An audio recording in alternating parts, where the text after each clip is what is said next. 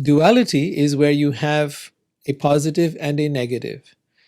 That's when you have a right, a wrong, a good, a bad, and so on. Non-dual thinking is breaking out of that trap of dualistic thinking into a place of freedom from the mind and its control over you. Let's explore how that works.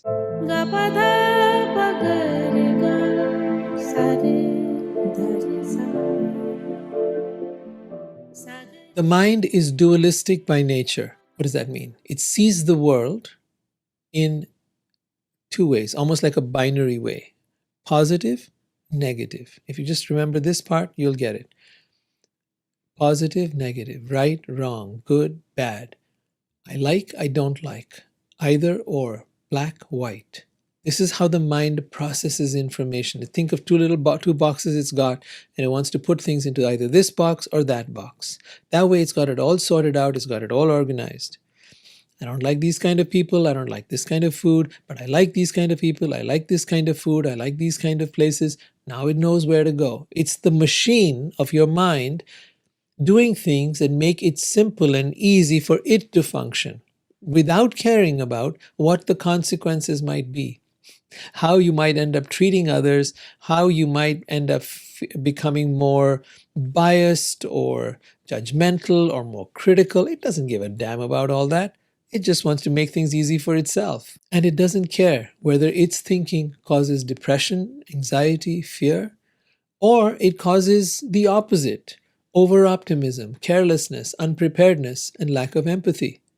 It doesn't care what the consequences of its thinking are, as long as it gets to do things the way it wants to do it. Because see, no one's managing it. No one's telling it what it can and cannot do, where it can go and where it cannot go.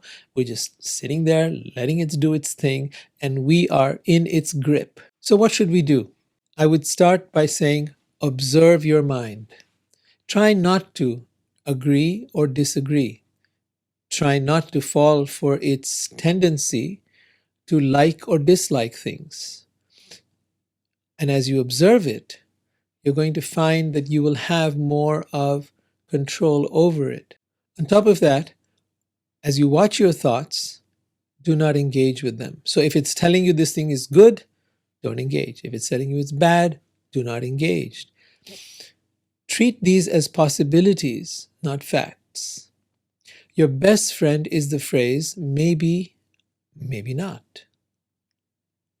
Maybe, maybe not. You don't want to let it grab a hold of you. It's just like they used to have these emails, right? If you click on one thing, it downloads its software. You click on the other thing, it downloads that virus. You don't want to click anywhere. Just observe and then let go of the thoughts. Let your thoughts flow away as you breathe. Literally, just breathe them out. The mind comes up with, this is a terrible thing. Let it go. Don't buy into it.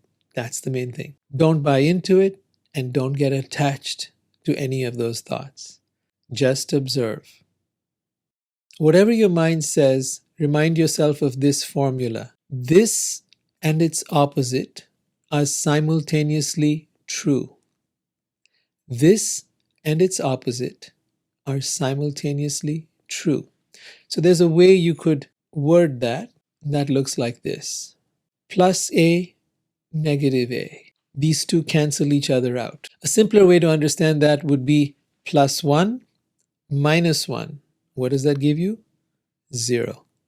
So whatever you're thinking, that and its opposite are simultaneously true. If they are both true, if this and its opposite are simultaneously true, then neither of them is true and both of them are true. Let me give you a simple example. Let's take a glass that is half filled. If someone looked at the glass and said it's half full, that person is a very positive person. And if the person said the glass is half empty, then that person's a very negative person. If the glass is half full, then it is simultaneously half empty. You cannot have a glass that is half full but not half empty. It is both half full and half empty simultaneously. And since it is both half full and half empty, therefore it is neither half full nor half empty. If you feel confused on hearing this, Exactly. Your mind was not able to latch onto one of the two possibilities. Both possibilities, which were opposites, were made to be equal. And since they were equal, your mind went, huh? And that's the zero state. Zero means it's the place where it's neither right nor wrong, neither good nor bad. That's the state of non dual thinking. Suddenly, your mind has become blank. It has become peaceful. It has become calm. It cannot grab onto anything, and therefore it has nowhere to go. It's not able to generate a truth. It is not able to generate an opinion. And therefore, it has come to the state which we would like to get it to, which is to be an observer. The more we observe things with this kind of dispassionate or non-dualistic mind, the more clearly we'll be able to see them. But when we see things from a particular bias of like or dislike, then that colors our thinking, and we are not able to see things as they actually are. Nor do we see people as they are, nor do we see circumstances at work or anywhere else as they are. We see things as our mind thinks they are. In other words, we see the world not as it is, but as we think it is. And that is a gross misconstruing of reality. For every negative, there is a positive.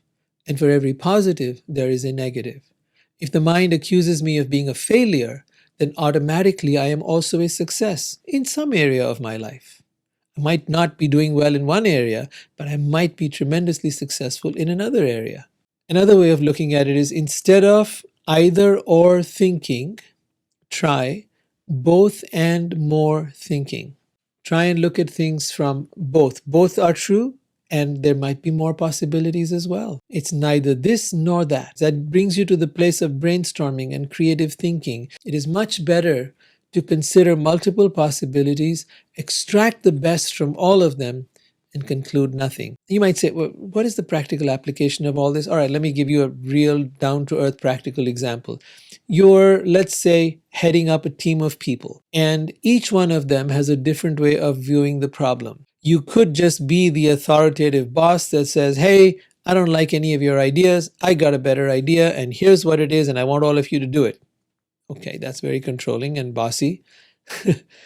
Or you could listen to each person's idea, extract what seems to be the most workable, practical solution in that, and compile all the different thoughts and ideas together with an open mind, and in a collaborative way, see how you can take that to the next level. That kind of thinking has much better results than someone who is just thinking that there's only one way to look at things. In other words, focus on what works. For most practical matters, stay open, flexible, and creative. Find common ground and build on it. Negotiate, reframe, and keep exploring. Experiment on what is changeable and possible, and focus your energy on what works instead of what's true.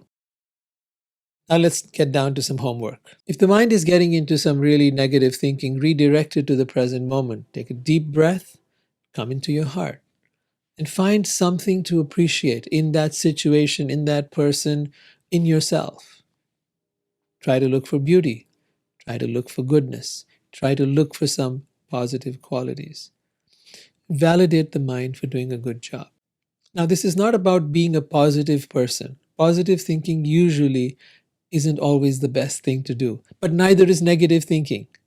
You want to move beyond positive thinking and beyond negative thinking to be able to see all sides of a situation and be able to extract the best from it.